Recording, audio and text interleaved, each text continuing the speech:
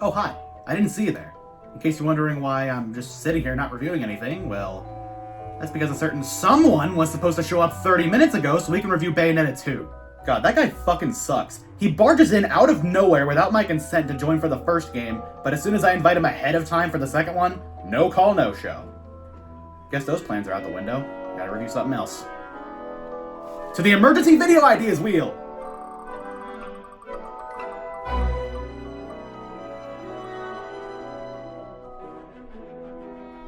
Fuck it, good enough. Stop motion animation has always piqued my interest ever since I was little.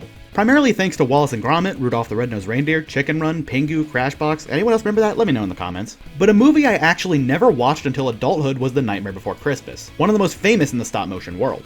I didn't really grow up on a lot of Disney stuff, so the only reason I even got around to watching it was pure curiosity. Of course I loved its visuals and songs, and nowadays it's a guaranteed watch every year around the holidays. It's an intriguing tale about an identity crisis pushing someone to desperately change himself without knowing the damage he causes for those around him, and it's delightfully dark.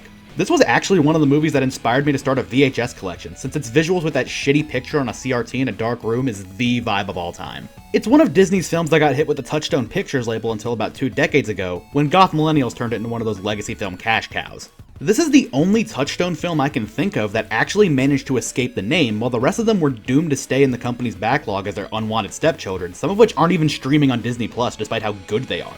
Nightmare's comeback is really amazing once you think about it. It wasn't a flop upon release, but it wasn't a hit either. It just took a while to find its footing in pop culture. Even if it came at the cost of Disney sanitizing it to try and fit in with their other animated films, even though it's nowhere near the same league and honestly worked better under the Touchstone label.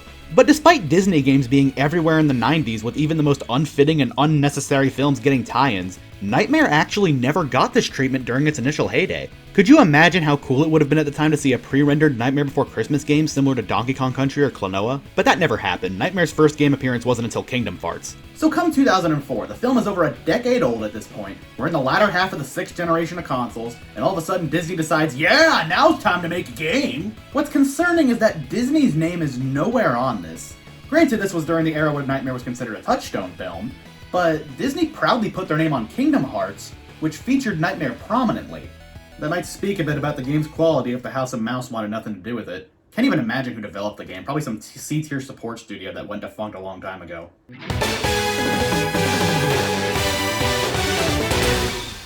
Okay, now I gotta play this.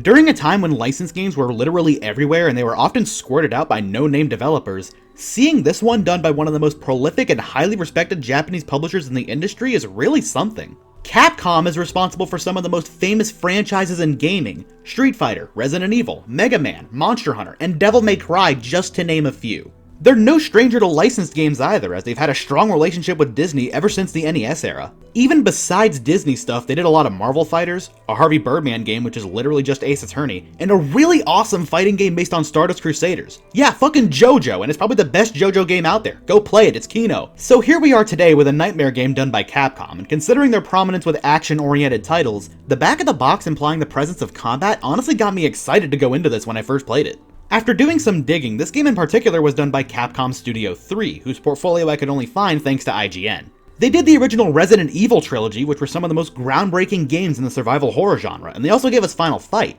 But yet again, CS3 also gave us both Mega Man X6 and X7. This is such an anomaly already, and I haven't even started playing. But let's stop wasting time. It's Christmas, let's get into the spirit, and let's play Capcom's bizarre game sequel thing. Tim Burton's The Nightmare Before Christmas. Oogie's Revenge. The intro that sets up the game's plot is a really cool callback to the opening of the film, even having the same speech about holidays by a narrator. I love this game's presentation in general. You can tell they knew the film inside and out. They didn't mimic stop-motion animation or anything, but I gotta say, the depressing color scheme, high-quality character models, eye-candy environments, and iconic scenery from the source material really tie this game's visuals together nicely. For a late-release 6th-gen title based on a movie, it could be a lot worse.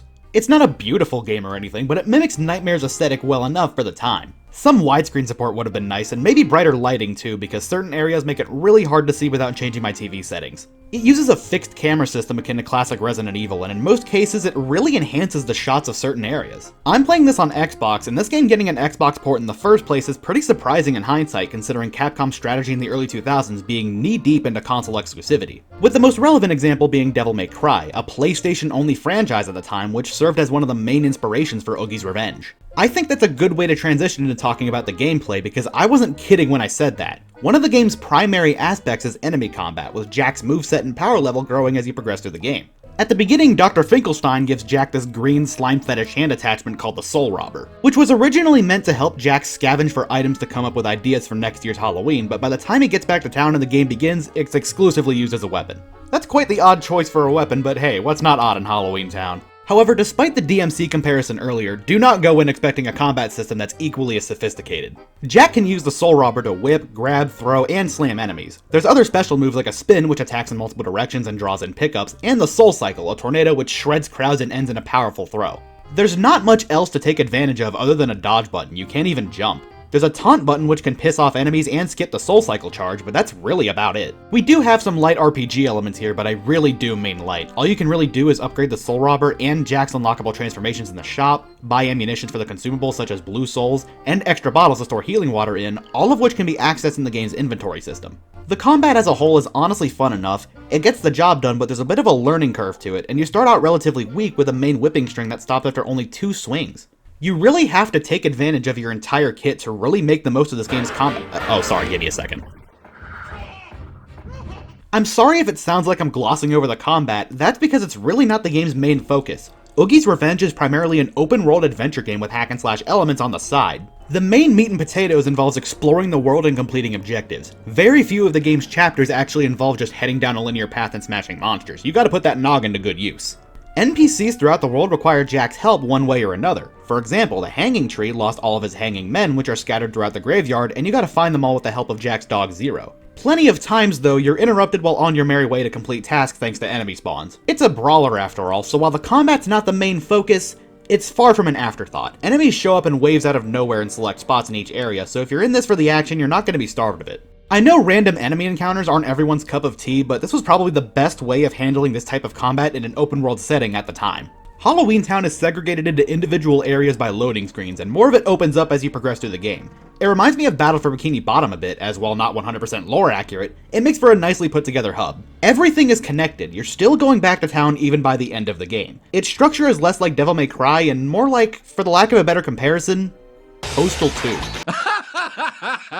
Like Postal 2, the inventory system isn't just used for consumables, it also houses various items that Jack collects throughout the campaign which are used in context of the story. Sometimes it's a key, trinkets required for an objective, or even the 7 holiday doors which Oogie Boogie stole and Jack finds throughout the game from various bosses like this giant spider or Oogie's cult-like slave kids, Lock, Shock, and Barrel. Every item matters one way or the other. You're not going to be stuck with a surplus of crap by the end of the game, and I never faced the issue of a lack of inventory room once. Oddly enough though, the game is split up into selectable chapters which make the overall structure feel really weird. Your starting position in 90% of each chapter is typically right where the last one ended. In fact, the only real positive I can think of in regards to the chapter system is that it makes it easier for me to segment my gameplay footage when recording. All in all, I really dig this game's concepts and framework. An open world hack and slash with an emphasis on problem solving and traveling across Halloween Town to properly set things right after Oogie Boogie's takeover as you battle his monsters is a really cool premise as a sequel to the film in video game form. In fact, you can tell the developers really loved the film and took as much as they could from it. Not only are the NPCs all characters from the film, but enemies are references as well. The overall presentation especially makes good use of the film's locations. You're running into iconic scenery constantly like the fountain in the town, Dr. Finkelstein's twisting tower interior, the town hall, Spiral Hill, the hinterlands, Jack's house both on the inside and outside. Not only did they make use of instantly recognizable landmarks, but they even secured the film's soundtrack and you're going to hear familiar melodies as you make it through the game.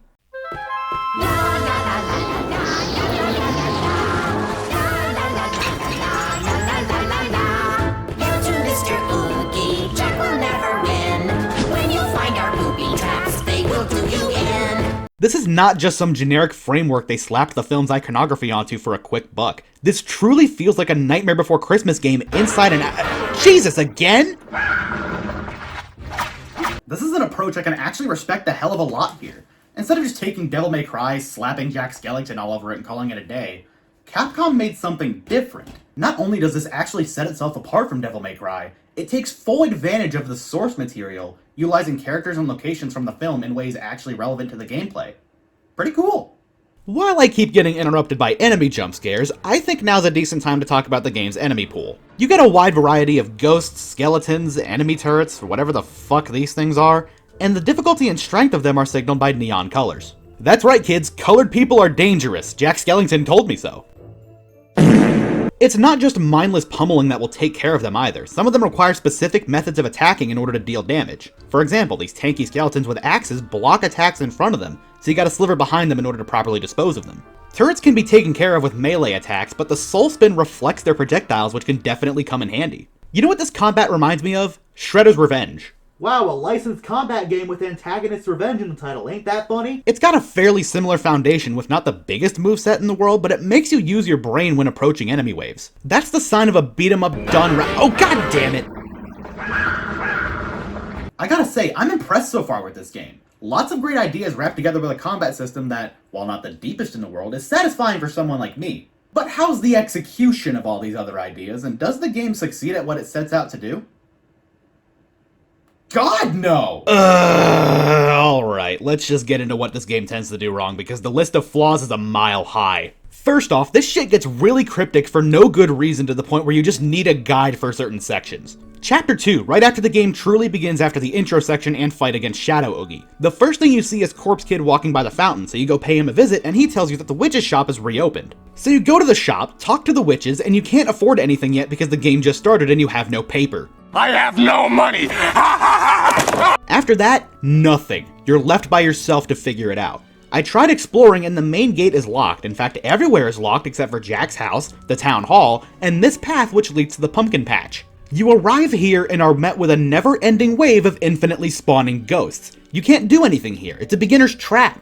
You want to know what you're actually supposed to do after leaving the shop? You're supposed to talk to Pugsley Adams again. Jack tells him that the main gate is locked, and the kid tells you that the clown with the tearaway face has the key. After that, the manhole behind you starts rattling. You enter it, and there's Clown being terrorized by skeletons. You kill them, and Clown leaves the sewer and unlocks the main gate, ending Chapter 2. The game does not tell you whatsoever that you're supposed to talk to that kid again. You're left meandering around like an idiot and getting stuck in parts you're not supposed to be at yet if you assume that Corpse Kid isn't relevant after that first dialogue box. So many parts of the game just don't give you enough information for you to piece together what you're supposed to do. Without a walkthrough, you're left sitting there looking at the situation presented before you wondering, what does it mean? What does it mean? Not only can objectives not present themselves clearly at times, but the game just doesn't do a good job of teaching you essential information that you need in order to progress in general. Remember those costumes I brought up earlier? There's two that you can unlock, Pumpkin Jack and Santa Jack. They're not just cosmetic skins. They're transformations you can make use of on the fly using the LNR shoulder buttons. At the beginning of Chapter 6, after arriving at the junkyard, you need to hit a lever which is blocked behind a wall of wooden planks. You can't seem to figure out how to break these. Turns out you need Pumpkin Jack to burn them. There's just one problem though. The game doesn't even tell you that you've unlocked Pumpkin Jack. Instead, they vaguely hint at it without actually letting you know that you've gained a new ability. Here's that cutscene at the end of Chapter 5. We're all safe, now that our Pumpkin King has returned. Pumpkin King? Sally, that's it! What's it? I am the Pumpkin King, and I can use my pumpkin fire to fight Oogie and his army. Good thinking, Sally. Thank you, Jack. How is anyone supposed to interpret that as unlocking a new ability? And you know what makes this even worse? The junkyard is also the area where you find Dr. Finkelstein, who's brainwashed and you have to fight him. After beating that boss in Chapter 8, Finkelstein is back to normal and he gives you something. Helpful too? What's this?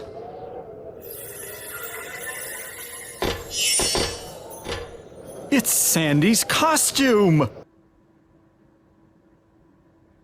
So you're telling me that you'll gladly let me know that I unlocked Santa Jack, but not when I unlocked the first costume before I'm even aware that costume changing is a thing?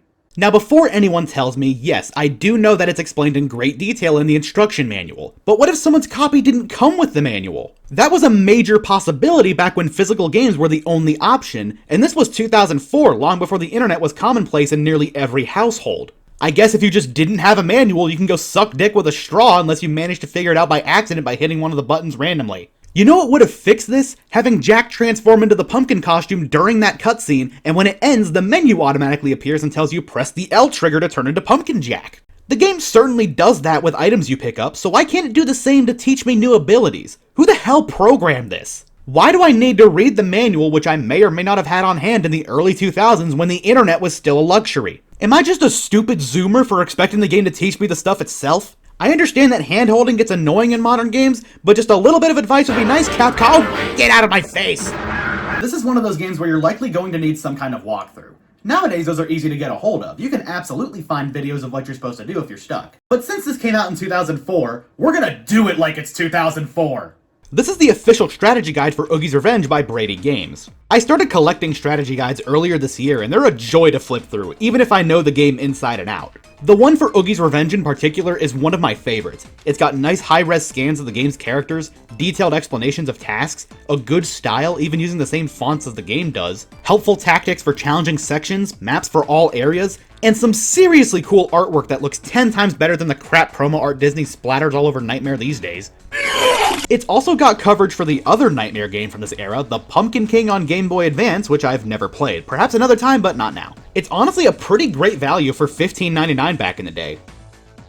Well, then why did I pay like $70 for it on eBay? As cool as this guide is, it's still shitty for Capcom to design the game so cryptically. I'm not asking to get puppeted through the game, just toss me some hints or something, please. It doesn't help that the game is very picky with how it wants you to progress in general. There's no two ways of going about a chapter. It's very on rails and you have to do everything a specific way. Even if you're on a repeat playthrough and know exactly what to do in each part, you still have to talk to certain NPCs before certain level elements activate. Back to Chapter 2 again, if you know from the start that Clown has the key to the gate and he's in the sewer, guess what? You can't immediately go down there. Try to go to the witch's shop? Closed. You have to do everything in the exact same way as your initial blind playthrough, including talking to the stupid corpse kid twice in order to complete the chapter. Fucking why though? This murders replayability. What if someone hasn't played the game in a while and only remembers the solution to a quest without knowing that it's only able to be completed once you talk to an NPC? I guess it's not the worst thing in the world, but it's just annoying. At least the quests themselves make sense most of the time. Keyword being most.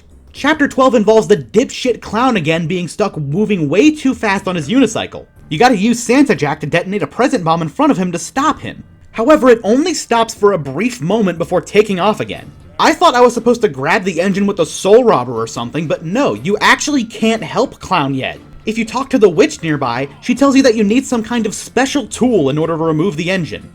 I wonder where one could find such a tool.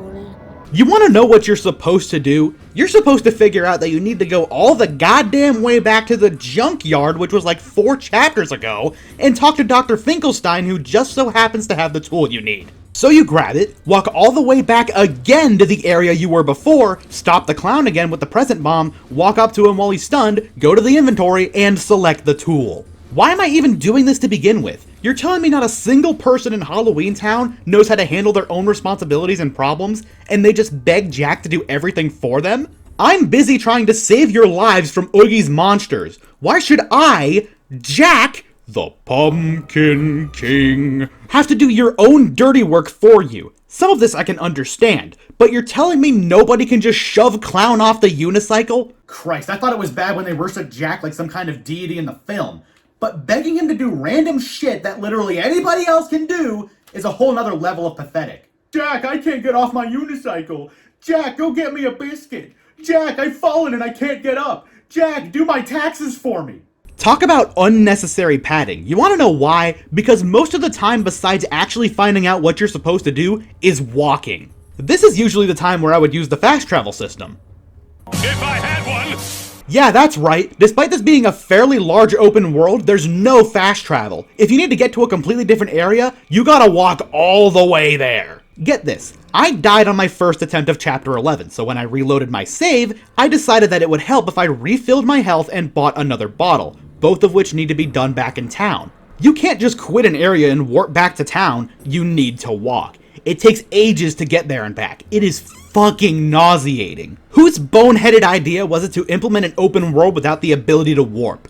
You want to know how long it took me to get back to town, visit the shop, fill up, and walk all the way back to the giant pumpkin where Barrel's mini-boss is? 7.5 minutes! And I flat out walked past enemy waves just to get there quicker. Who playtested this thing? Who let this go without realizing how unfun it is to have to do so much fucking walking? I know there's health pickups in the game, but they're really not that common, and picking up health when you're full does nothing to your empty bottles. If you want to fill up your bottles, the only way is to walk back to town and use the fountain. And they never fill up automatically after a chapter ends either. You have to backtrack to the main hub in order to refill. This would be fine if fast traveling was a thing, but it's not. With how rarely the game automatically warps you to town, refilling your bottles will take several minutes of backtracking each time. And it seems like the developers were 100% aware of this issue, because starting in Chapter 22, the final stretch of the game, the 3 Mr. Hydes which roam every area and can save your progress, suddenly gain the ability to refill your bottles without you having to go back to town. Why the hell didn't I have that earlier? That would have been very helpful. Oh, that's just lovely. God, I'm starting to get a headache from this shit. Can't imagine there's anything else to worsen my mood.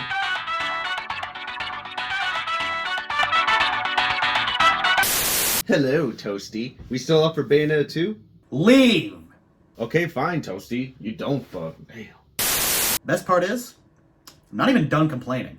Let's backtrack a bit and talk about the combat some more. For what it sets out to do, I think it works well, but it's certainly not free from issues at all. First off, this game has a very similar issue to the Scott Pilgrim game, where it features a leveling system in which you start out way too weak. Not in terms of the damage you deal, I think it's fine here, but Jack's combo string is pathetic at the beginning. Only 2 strikes, and the shortest range makes it to where you're going to whiff a lot until you can afford a longer soul robber in the shop. Spoiler, that takes a while. A few enemies can get rather annoying at times simply due to their design or a lack of polish with how they're handled. Take the king skeletons for example. They're just like the troll skeletons, but with one major difference. They can block attacks. Not a bad idea, all you have to do is get behind them. Well, because this game is just so lovingly put together, sometimes they just block your attacks anyway, even though this makes zero sense, because it's clearly hitting their ass. What about those transformations Jack gets throughout the game? Well, in terms of exploration and problem solving, they're insanely situational,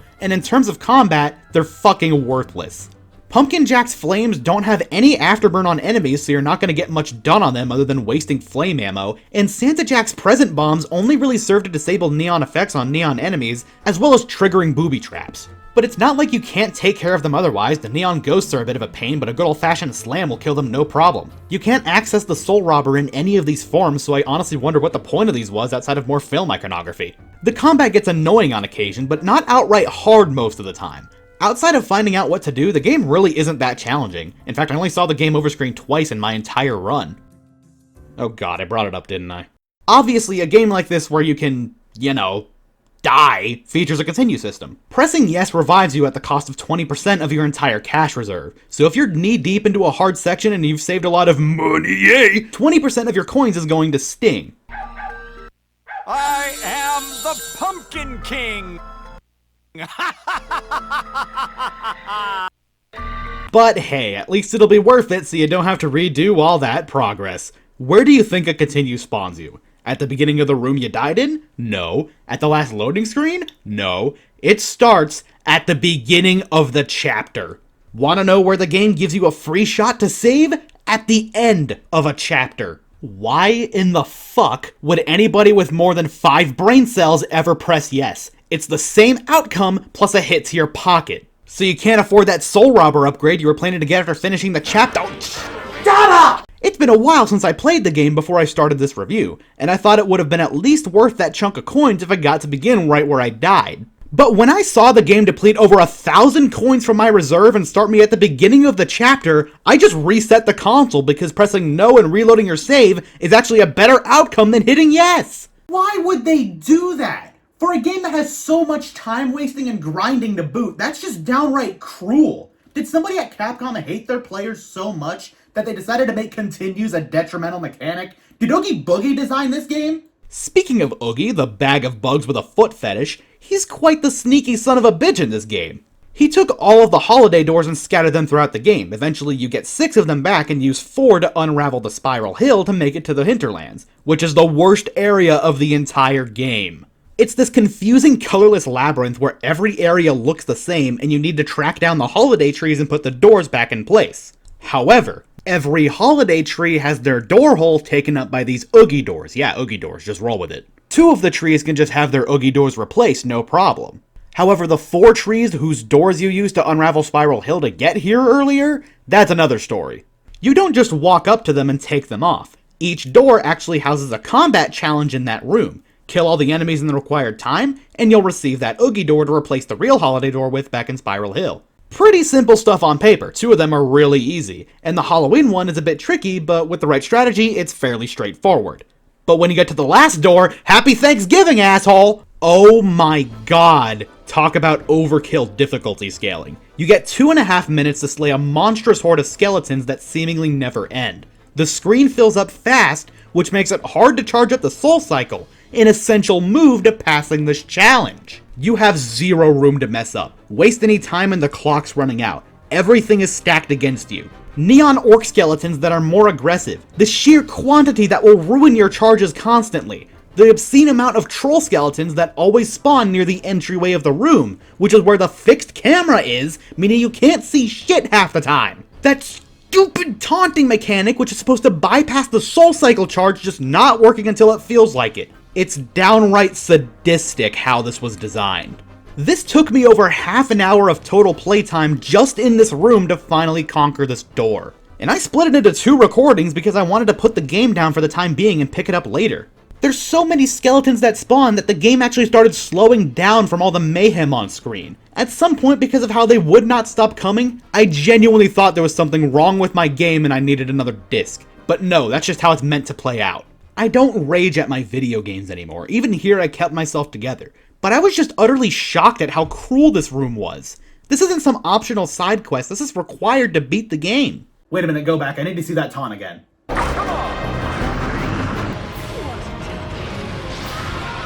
That's a freaky coincidence. Actually, now that I think about it.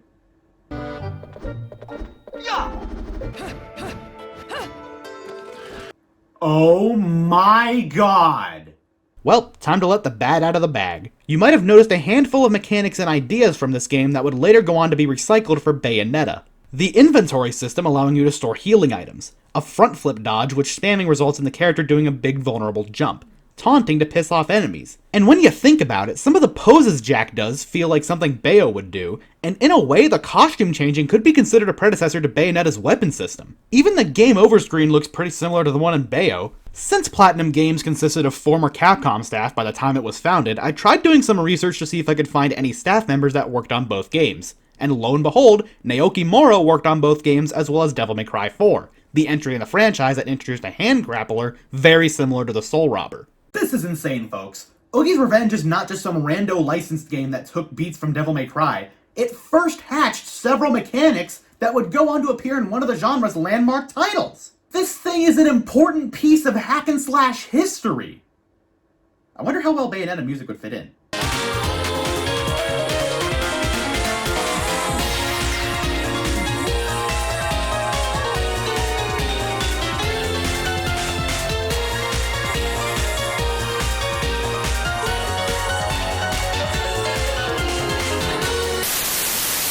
I've complained so much in this review, but I gotta say the bosses of the game are a major highlight. They're fairly standard on the surface, but you'll notice that your melee attacks aren't exactly the most effective way of dealing damage. But as you fight the boss, you tend to collect a lot of floating music notes that build up a meter in the top left corner. Fill it up completely and you're thrown into a rhythm game section where you press the buttons in time along with the song, dealing a ton of damage to the boss.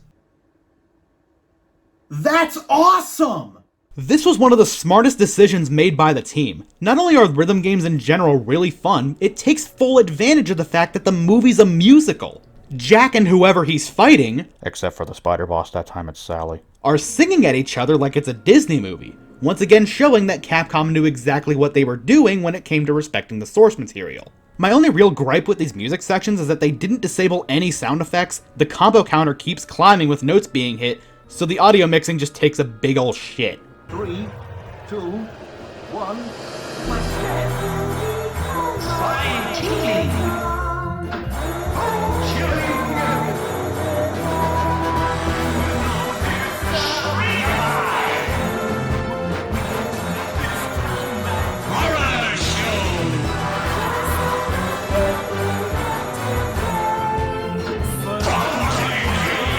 The fights themselves are pretty unique from one another. Shadow Oogie at the beginning is deliberately easy since he's just a decoy that's fucking with Jack. The giant spider in Chapter 5 has you hitting it from behind for hundreds of tiny spiders to come out of the ground, which is how you get your music notes. And Dr. Finkelstein, Stein, involves you tearing his head open to take out Oogie's replacement brain and put his old one back in. Plenty of fresh ideas here, and I can't call a single one bad. Dr. Finkelstein gets a bit tough due to the insanity of his attacks, and Mega Oogie at the end of the game can only be damaged by lighting fire to gas leaks, so it drags for an eternity. You know, I can't help but realize something. An open-world brawler with light RPG elements featuring rhythm minigames? What does that remind me of?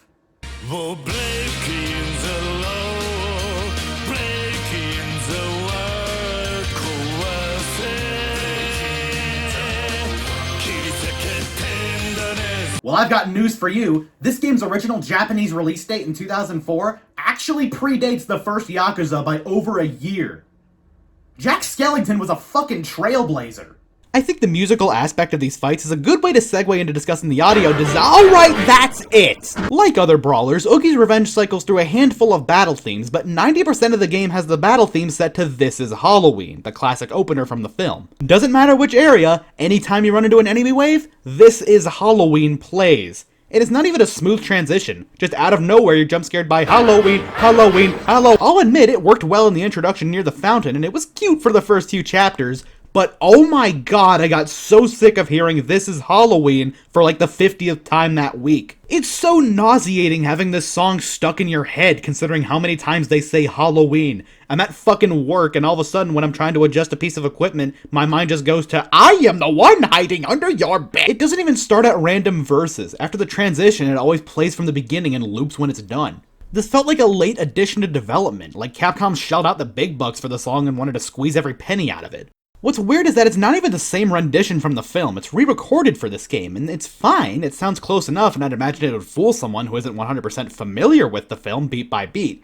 But to me, it just gives off the vibe of those early Guitar Hero games. You know, the ones where most of the songs were covers? That's this song in Oogie's Revenge. It's our town, everybody scream! This town of Halloween. I am the one hiding under your bed. Teeth ground sharp and eyes glowing red. I am the one hiding under your stairs. Fingers like snakes and spiders in my hair. This is Halloween. Lots of other songs from the film are used too, but with new lyrics to fit the context of the game. And despite how lame that sounds on paper, it's brilliant in practice. Now for the vocal performances, it's a very interesting topic going in right away, because Jack has a lot of singing roles in this game, but Danny Elfman was not brought on to reprise his role when singing as Jack. Instead, Chris Sarandon, his normal speaking voice from the film, comes to fill in for Danny. And for a replacement singer a decade after the film came out for some game, he's really good. I had my doubts about him going in, but consider those doubts completely vanished. Chris is great here. The songs in general are just excellent retoolings of those from the film. Oogie's song makes a smooth return with several variants, and it's odd at first hearing it at the very beginning of the game, but it works. Just because you fool the town doesn't make you king. You better give up, surrender now. I'm fixing everything. That's what you think. Ha! But you couldn't be more wrong. And this will be the last time you hear the Oogie song. Sally's song went from one of my least favorites in the movie to one of the best in this game with a completely different vibe that's a lot more urgent. We should have known not to believe, then things would not have turned so bad. It's true his plan was to deceive, but that should not make you so sad. But danger waits at every turn, And I am ready to set things right here. how can you say that you will be okay and come back another day? And despite most of these boss fight songs being from the film, Dr. Finkelstein gets something completely original and it compares nicely. My lasers will slice you, my knives will cut deep. And when it's all over, Sally, she will weep. Days of your good-natured mayhem are through. I'll tear up this town, and I'm starting with you. But my favorite song by far has to be Hail to Mr. Oogie, which is based on Kidnap the Sandy Claus, the best song from the film, and that's an objective fact. There's two versions, one that plays occasionally throughout the game as Lock, Shock, and Barrel impede on your progress, and one that plays during their boss fight in Chapter 15, which is a duet with Jack. Oh, did I say boss fight? Yeah, you can beat up children in this game. Hail to Mr. Oogie, this is so much fun. We make mischief day and night, our work is never done. If I've told you once, I've told you twice to straighten out your act.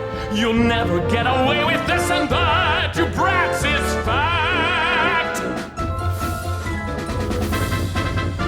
I've had enough of this disgrace. So take me to the hidden place where my friends sit locked in a cage, or you will face my rage!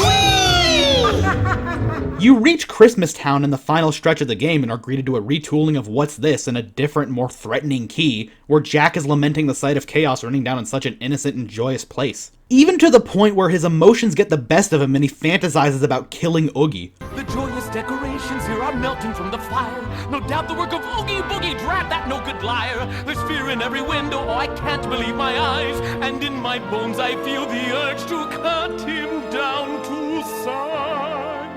And there, oh no, his monsters have control. Even the original tracks are memorable compositions that feel right at home in this universe. They give off a nice spooky vibe that really wraps up Halloween Town nicely. These eerie tracks alongside the gothic scenery and fixed camera angles just really go to show how great the presentation is. And the final boss, oh my god. It starts with Oogie doing this anime-ass transformation sequence and becoming this kaiju abomination that looks sewn together like Frankenstein's monster, and his boss theme sounds straight out of Banjo-Kazooie.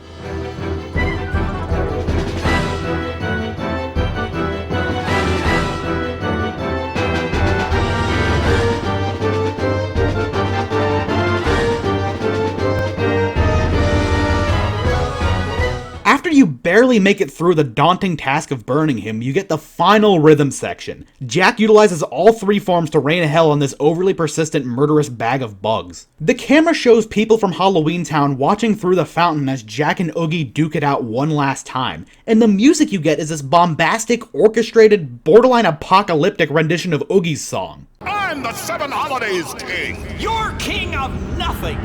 Whoa! Now it's time for you to see what it really means to scare! 'Cause I'm the gambling boogeyman, although I don't play fair. It's much more fun, I must confess, when lives are on the line. Not mine, of course, but yours, old friend. Now that'd be just fine.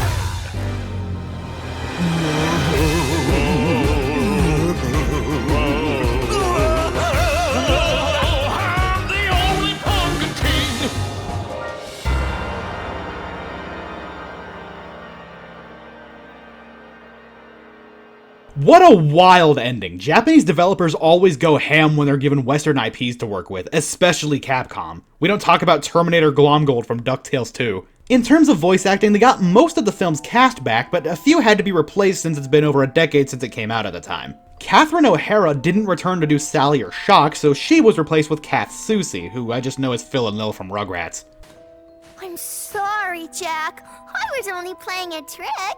Danny Elfman's performances as Beryl and a few background characters were replaced, alongside his Jack singing voice, and Joe Ranft didn't return for Igor and got replaced by, wait. Am I reading this right? Really now? Rob Paulson?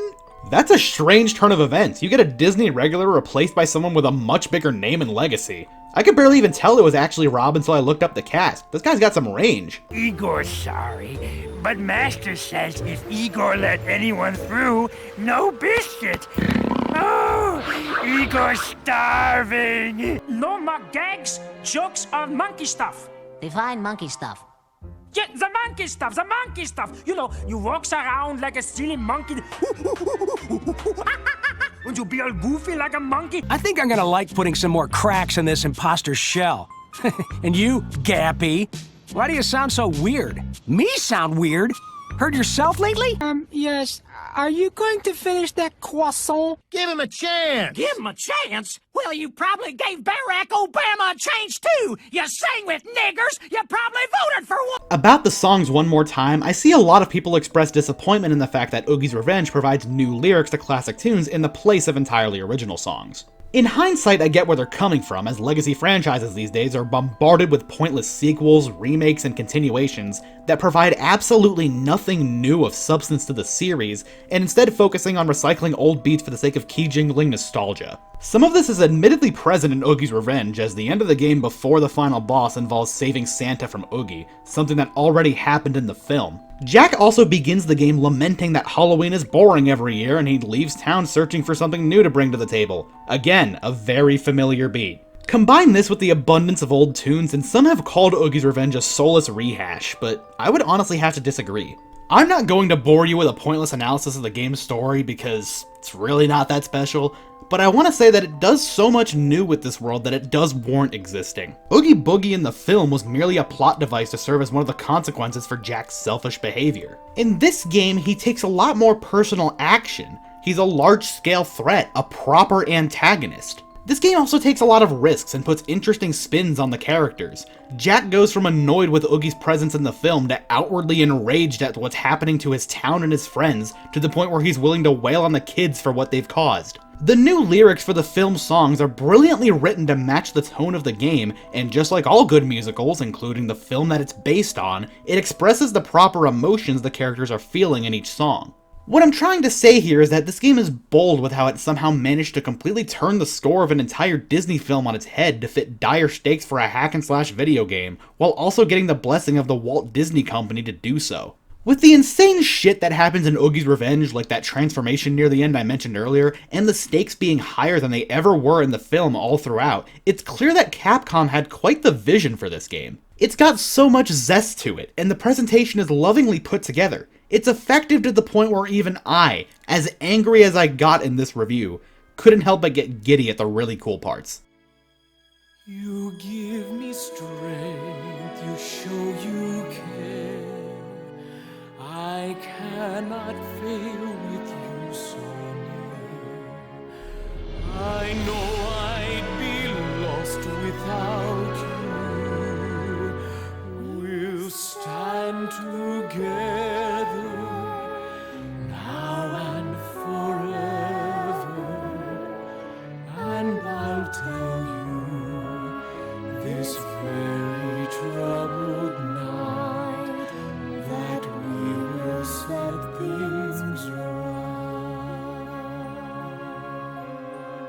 Oogie's Revenge, to me, represents the best aspects of licensed games in the way they handle the property, and it's a piece of media that shows that reaching in the bag for an older work to build upon is not an inherently bad idea. It's a game that sounds like it would have been an easy slam dunk if development went smoothly. It absolutely would have had staying power as one of the greatest tie-ins out there, right alongside Battle for Bikini Bottom and GoldenEye. But that's not how it turned out. Not at all. Oogie's Revenge is plagued with glaring problems that are very hard to ignore, and honestly made me question if it really was the same staff that brought us classics like Resident Evil 2. Worst part is, despite the laundry list of grievances I spilled all over the place, I simply can't call it a bad game in good faith.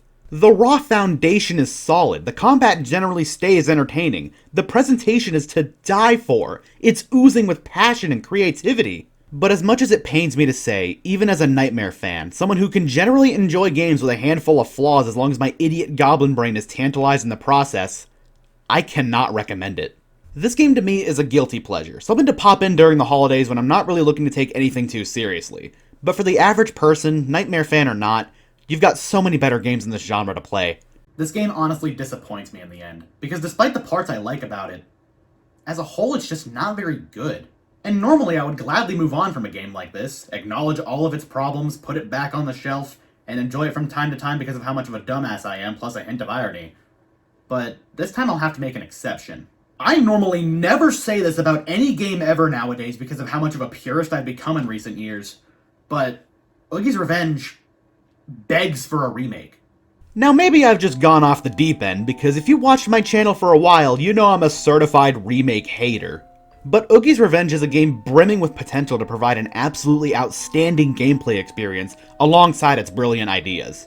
Capcom's been quite the heavy hitter when it comes to remaking their back catalog of games, particularly the Resident Evil series. I believe that in the modern era, where Disney is giving publishers the rights for games left and right, and they've been tying their relationship with Capcom back together, and The Nightmare Before Christmas is now a cultural icon for the holiday season, an Oogie's Revenge remake that keeps all its good ideas but irons out the kinks and builds upon the foundation, all in the RE engine, would be phenomenal. But maybe I'm just nihilistic, but I firmly believe it's never going to happen due to the way Disney operates as a brand. Oogie's Revenge was made during a time where licensed games took risks. It was bold with the way it handles its IP, and the entire package is the opposite of playing it safe. However, the Walt Disney Company in 2024 and beyond is the very definition of playing it safe. They recycle the same old properties ad nauseum, churning out the blandest possible sludge to the point where even everyday moviegoers are getting tired of them. Most of the time. And as for games, what kind of crap are we getting from the Disney brand?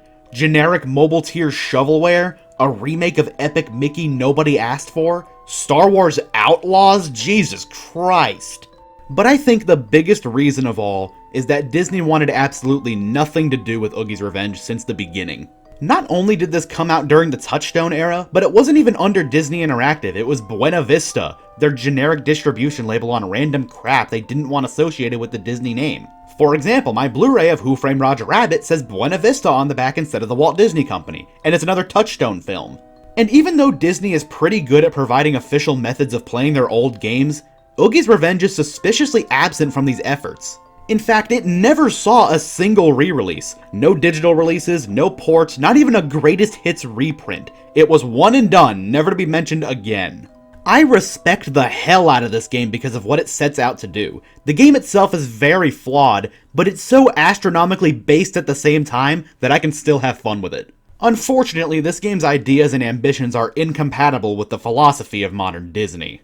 But despite this company constantly putting every legacy IP they have on the chopping block and severing any ounce of dignity they once had, I'm honestly happy they chose to be complacent with Nightmare and they only use it to sell merchandise at Hot Topic. As much as I disagree with the way Disney handles this film, it could be a hell of a lot worse. I'm just relieved it's not getting used to churn out another pointless remake or sequel for the sake of milking nostalgia for even more money. Motherfucker!